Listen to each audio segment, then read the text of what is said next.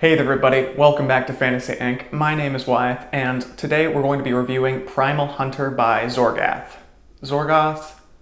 It's an alias, so it's alright. I will say for the author, this is a very fun series that he's put together for us. It's a lit RPG slash isekai, and I look forward to chatting with y'all about it. Let's do this.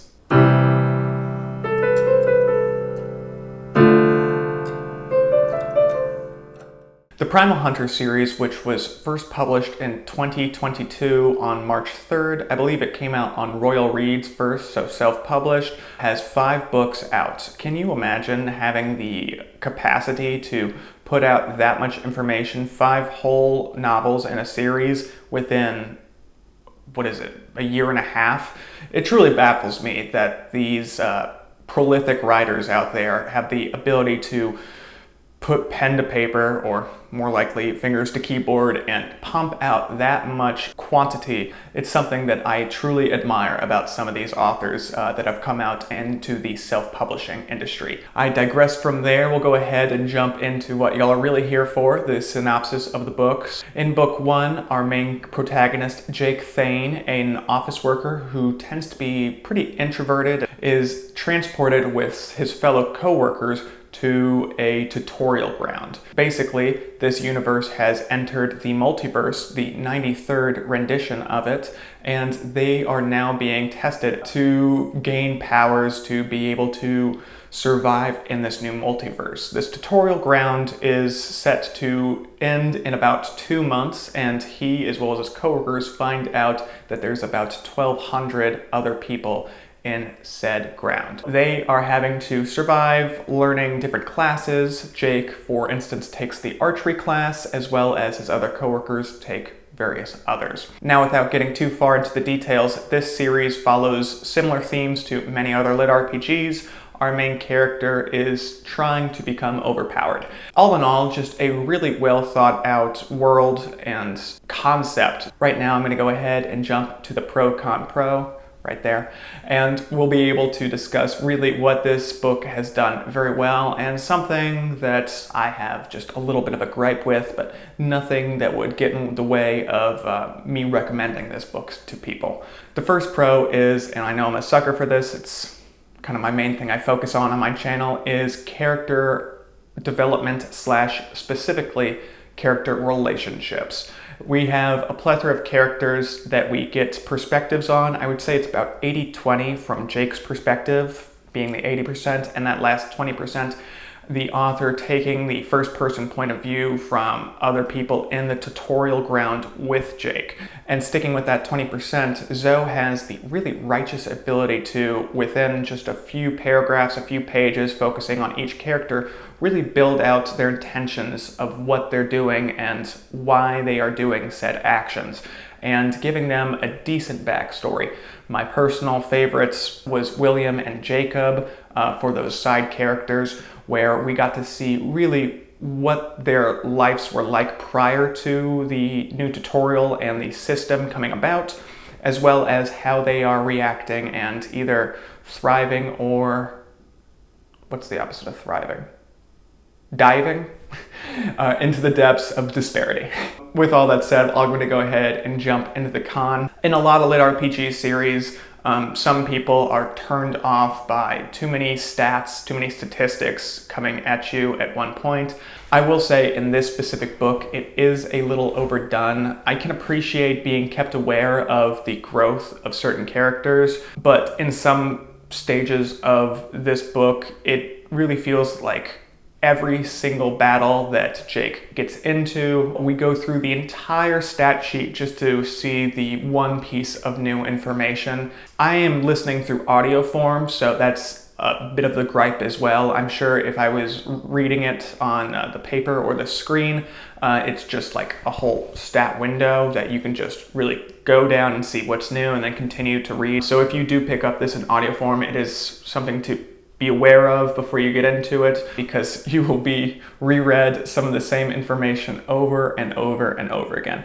But I will jump into the last pro, which piggybacks off the con. I will say that the accolades, the titles, the gear, everything that specifically Jake obtained really do add a sense of accomplishment for each specific battle. And so, you can't have one without the other. That's why it's a small gripe about the stats on my opinion. I would relate this back to the Defiance series, which I have a video on my channel if you're looking into another lit RPG series that you want to check on out. That one's a great one, and they have very similar aspects. All in all, I really have enjoyed the Primal Hunter so far. I'm up to book 3 now, but wanted to get this first book 1 review on out. There's 5 books out as of right now, and I plan on doing a series review in the future, though I said that about Stormlight Archives, and I kind of decided not to do it, so we'll see. All that said, I do hope y'all, if you're interested, pick this one up, and let's jump into the deep dive where we talk about the spoilers in book 1.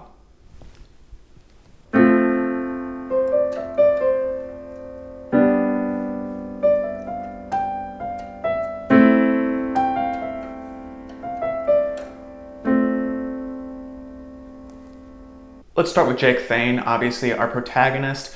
I can appreciate the way that Zoe wrote Jake, this introvert who has a troubled past. Up until the system coming as a whole, had very few passions in his life, but has still been able to achieve pretty decent things, but just kind of been surviving and not thriving. This is changed when Jake Thane enters the tutorial and kind of sets his sights on just doing something that he really wants to do, and that is being able to do whatever he wants. And to do that, he realizes that might makes right in worlds like this, and he needs to obtain more power. He's an introverted character, and it's very cool to see someone opposed to, being the extrovert, always juggling social situations or getting themselves into the politics of things. He's just saying, screw all that.